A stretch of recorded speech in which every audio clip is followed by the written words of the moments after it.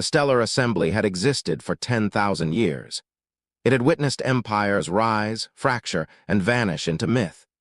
It had hosted declarations of unity, trade disputes that nearly sparked wars, and speeches so forgettable they blurred together across centuries. But in all that time, it had never known silence like this. Ambassador Eiko Ren stood alone at the center dais, surrounded by 412 representatives from across the galaxy.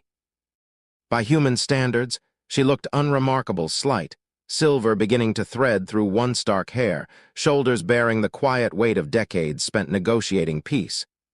Yet every eye in the vast hall was fixed on her, as if she had just spoken an impossible truth. She had. "I will state this again," Eiko said, steady despite the tension in her hands. "The Terran Concordance formally declares a state of war against the Jailer Imperium, effective immediately. All Jailer forces are ordered to withdraw from Mori territory within 48 standard hours, or be met with force." For a heartbeat, nothing moved. Then the chamber exploded. Delegates surged to their feet, voices overlapping in disbelief. One envoy roared that humans were mediators, not warriors. Another shrieked that humanity had dismantled its fleet centuries ago. Laughter rippled as the Jailer ambassador coiled smugly on his platform, openly mocking her. With what, he sneered, would humans fight? Words, resolutions. Eiko turned to face him. Her expression did not change, but something ancient and cold settled behind her eyes. The laughter died. She spoke softly now, of old Earth, of a time when humanity had been young, terrified, and violent. Of cities burned, skies poisoned, millions slaughtered over differences that later seemed meaningless. When humans finally reached the stars, they had looked back at that history and felt a shame deep enough to scar a species. So they made a vow. Never again would they wage wars of conquest. They would be mediators, guardians, the steady hand between annihilation and survival. For 300 years they honored that vow.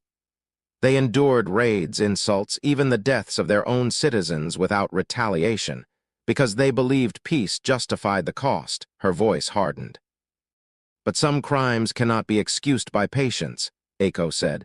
"And some atrocities cannot be ignored." She activated the dais. The air filled with images, trenches stacked with bodies, camps of hollow-eyed survivors, laboratories built for quiet suffering. Delegates recoiled. Some turned away in horror. "The Mori were gentle," she said. "They could not defend themselves, and for 60 years the Jailer Imperium erased them while this council debated trade margins and political inconvenience. 17 appeals, 17 refusals. So humanity will act," Eiko concluded. "We will end the genocide. And if the Jailer continue, then they will face us."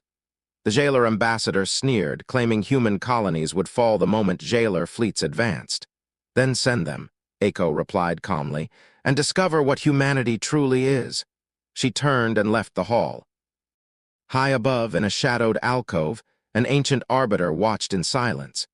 He remembered humanity's early days. Remembered the archival footage they had shared freely. Mushroom clouds over cities, wars fought with terrifying efficiency, and aid whispered that this must be symbolic. That humans could not truly intend war, the arbiter shook his head. "They were pacifists by choice," he said, "not by weakness." He recalled a drunken human envoy from decades past. "You don't understand," the man had said. "We didn't abandon violence because we were harmless. We did it because we were monsters. Peace was the only leash strong enough to hold us. Now the leash was gone. Across human space, things long buried began to awaken. Beneath oceans, under mountains, inside vaults sealed for centuries. Reactors ignited, production lines rolled forward. Warships thought to be myths rose into light. Admiral Jonathan Hale stood deep beneath Nova Helios, staring up at vessels forged from materials no one else understood. Families like his had kept watch for generations, not warriors but custodians, teachers of doctrines no one else remembered. "We hoped this day would never come," Hale said quietly. "But peace is a decision, and you can't choose it unless you're capable of the alternative." Reports flooded in. Mass graves, extermination zones expanding. 47 million dead. "Launch the Vanguard," Hale ordered. "Now." Far beyond human territory, aboard a refugee vessel, a Lyran survivor felt something shift. Her people were empathic. Every death rippled through them, each scream echoing in the collective mind. It had nearly broken her, but now she felt the humans. Their minds were chaotic, loud, furious. And beneath that fury, absolute resolve they had chosen. "They're preparing to fight for us," she whispered. "How can they endure such violence?" an elder answered gently. Humans had taken their violence and built something else atop it: empathy, restraint, a desire to protect. The violence never vanished. It was mastered. "And now," he said, "they are willing to suffer again so we don't have to die." In jailer space, patrols vanished without distress calls. Then sensors flared, a fleet emerged, not a token force. Hundreds of vessels moving with flawless discipline. Technology beyond anything the Imperium possessed. The High Warlord felt terror coil through him as reports confirmed the impossible. The confrontation lasted 47 minutes. 1,200 jailer warships faced 300 human vessels. On paper, it was annihilation. In reality, human defenses erased every missile, every lance, every kinetic strike. Weapons didn't explode, they simply ceased to exist. Then the humans returned fire, one shot per target. Power grids collapsed. Engines died. Life support shut down, yet hulls remained intact. Crews lived. "We're not destroying them," a human captain said quietly. "We're stopping them." When the jailer marshal finally accepted a channel, a human general appeared, exhausted but composed. She offered terms: surrender, cooperation with war crimes tribunals, reparations, withdrawal. "We don't want to kill you," she said, "but we will if forced." The marshal asked how pacifists possessed such power. "We never stopped learning," she replied. "We just hoped we'd never have to remember." The empire surrendered, occupation followed, not with terror but restraint. Soldiers distributed food before imposing curfews. Medics treated children first. Civilians waited for cruelty that never came. One commander faced frightened settlers who asked if they would be executed. "No," she said softly. "We're here to help you become something else." Negotiations dragged on. The Empress resisted, furious at the demand for accountability. Why care about a gentle species erased for convenience? "Because they were people," the human envoy answered. "And because strength without mercy nearly destroyed us." In the end, the Empress signed. Reconstruction replaced conquest. Camps became memorials. War criminals rebuilt what they had destroyed instead of being executed. It was not forgiveness.